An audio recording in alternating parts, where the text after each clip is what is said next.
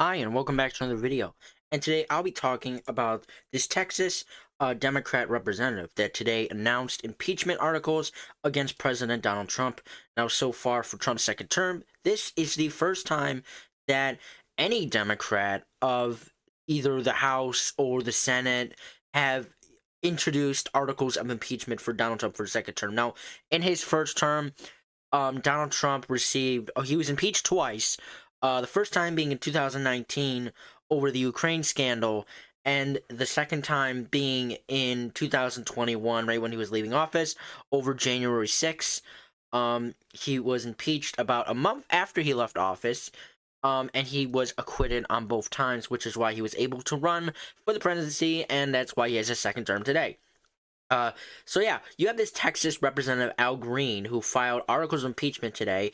I actually saw the video scrolling on Twitter, and I actually couldn't believe what I was watching because I didn't expect there to be any impeachments on Donald Trump. I figured that Democrats would, realize that, it's kind of a lost cause at this point, that sure, Donald Trump is probably impeachable, but you cannot convict him in this divided political country.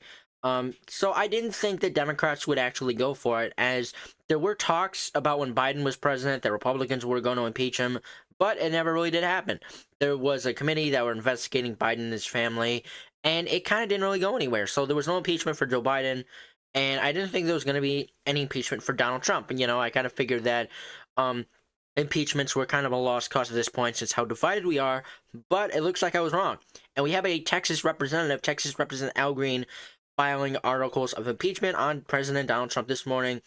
Texas Representative Al Green announced Wednesday that he would file articles of impeachment against President Donald Trump, pointing to what he called a dastardly proposal to take over the Gaza Strip and resettle the millions of Palestinians who live here. So, if you don't know what he's talking about, there was a press conference that President Trump did yesterday, and it got a lot of controversy. It got a lot of criticism, because Trump said that the U.S. will take over the Gaza Strip and that's going to relocate its people, which did not sit well with many people, especially Palestinian activists who actually voted against Kamala Harris because she was a part of the Biden administration that helped send aid to Israel in fighting Hamas. And they either voted for Donald Trump as the opposition, or they voted for Jill Stein, or they just wrote in another candidate. So they wanted to get rid of Biden, and then they wanted to get rid of Harris, and they were successful at that. But now it looks like they have unintentionally elected a very pro-Israel president, as Donald Trump was doing this press conference right next to the Israel Prime Minister, Benjamin Netanyahu. So yeah, you have Donald Trump here in this press conference talking about all this stuff.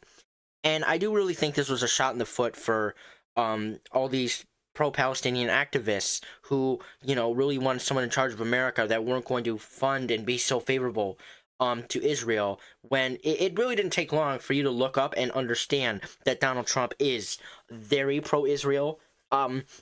So I'm not surprised this is happening, though. It took Trump a little bit for him to become this pro-Israel, or to not be so quiet about it. Now it's like fallen open.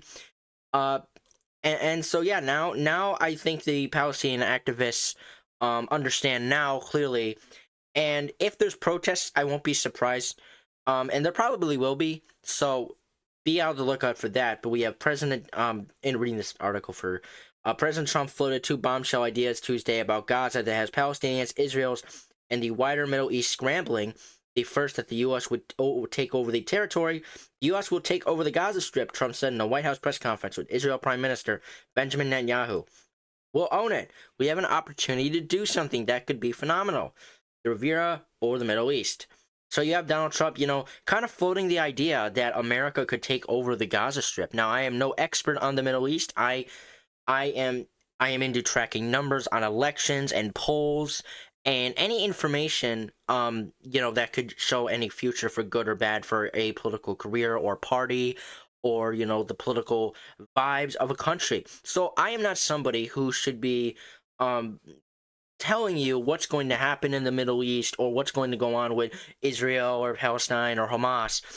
But obviously, this is going to piss off people. People don't want to see this to happen. It could be like Vietnam or Iraq if America were to go in to the Gaza Strip, because there are actually Palestinians there that probably don't want to be moved from their home.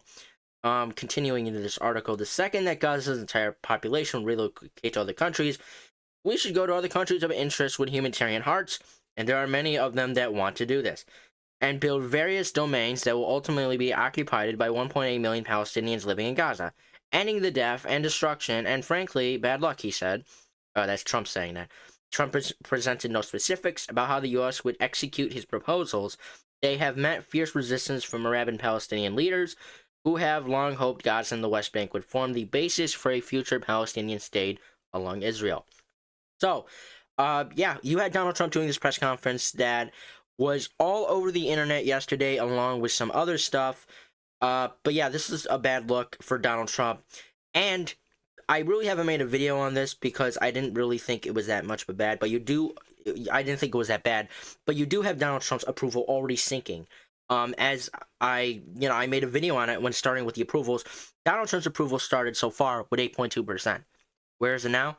Well, it has sunk all the way down to 4.6%. That is a 3-point swing in the wrong direction. You do not want to be going that way as an American president. And this is where Joe Biden's approval was heading up. It took about 8 months for his approval to slowly crash. But even before those 8 months, it was slowly sinking, slowly sticking. Sure, his approval was up by 15 to 20 points, but it was slowly going down. At the start of his presidency, he had a 23-point approval rating, and it slowly went down to 18 to 15 to 12, and then when it got to 10 or 9, it crashed, and his approval never recovered from that. So I think the same could happen to Donald Trump here. However, I will admit here, or I will acknowledge that Donald Trump, as of right now, during his second term, he has lasted longer in approval than he has in his second term, or in his first term. Sorry, in his first term. So right, today is February 5th, 2025. As of right now, Donald Trump has a approval of plus 4.6, which is lower than Joe Biden's, but it's also higher than what he had before. Donald Trump right now, for his second term, has a 49% approval rating. As of, for 2017, around this time, if we go to February, sorry, this is lagging. So February 5th, 2017, Donald Trump had a 47% disapproval rating and a 44 approval rating. So Donald Trump is overperforming his past approval rating by about 3 points. 5 points. By about 5 points. And his disapproval is, probably underperforming, but it's kind of around the same. And I do expect that Donald Trump's disapproval rating will kind of go up like it did back in 2017 and with his first term. But yeah, we're going to see how that goes. And, his approval rating is going to be very interesting to track. But going back to this. We are now in a state of politics where Donald Trump is president and impeachment is being brought up again after he was already impeached twice in his first term, and now it looks like a possibility in his second term. Now it's a reminder that Republicans control the House and the Senate. Could an impeachment get through the House? It's possible. It's actually kind of likely. Republicans have a very, very slim majority, and they can only afford to lose around, I think it's like 3 to 4 Republican House members. And if Trump does this horrible thing before the 2026 midterms, I could see some of those Republicans jumping ship, coming to the Democrat side. Maybe like 7 or 8 of them go, kind of like what happened in 2021. So yeah, I could see that happening. As for the Senate, it is dead. It is dead in the Senate, right? You have a 53 Senate seat majority for the Republicans and a 47-seat minority for the Democrats. So it would be dead in the Senate. Right? The Democrats would need to do even more work than they had to do in 2021, where Democrats had only had a 50-seat majority, and it was really a tie with Vice President Kamala Harris breaking that tie, which gave the Democrats that majority in the Senate. Unfortunately, They lost 4 seats in November. They lost 4 Senate seats, putting them at 47 seats in the minority, and making them really powerless in the Senate until we get to the 2026 midterms, where I do think the best they could do there is win about 2 seats, putting them back at a 49-seat minority and dropping the Republicans down to a 51-seat majority. Um, it'd be bad for the Republicans, but the Republicans would still have the same majority that the Democrats did after the 2022 midterm elections. So I think that if an impeachment happened and it passed the House, it'd be completely dead in the Senate.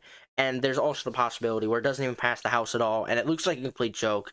So I think the Democrats maybe pushing an impeachment against President Trump is a real risk. You have the chance to either it's successful and it dies in the Senate, or it dies immediately in the House, and it looks like a joke. So I think it's too early to be throwing impeachment against President Trump, but I am not part of the Democratic Party. I am not telling them anything to do. If they do it, I don't think it's a good idea, but will they do it? They have more people like this. And this guy, Texas Representative Al Green, who did file these articles of impeachment, he has done it before. I believe he did it in 2021 after the January 6th after the January 6th protests. So yeah, this guy is not unfamiliar with going after Trump with impeachments, and I am not surprised that I woke up this morning and saw him doing it again. Will he continue to do it through the rest of his presidency? Probably. And after 2026, the House Democrats most likely will take back the House. I do believe that Democrats will continue floating the idea of impeachment. So make sure to check in back with this channel. And this will definitely not be the last video where we talk about Trump impeachments, because there are definitely going to be more talk about that later sometime down the road. But anyways, that is the video for today. I hope you guys enjoyed watching. If you did, please like and subscribe, and I will see you all in the next video. Bye.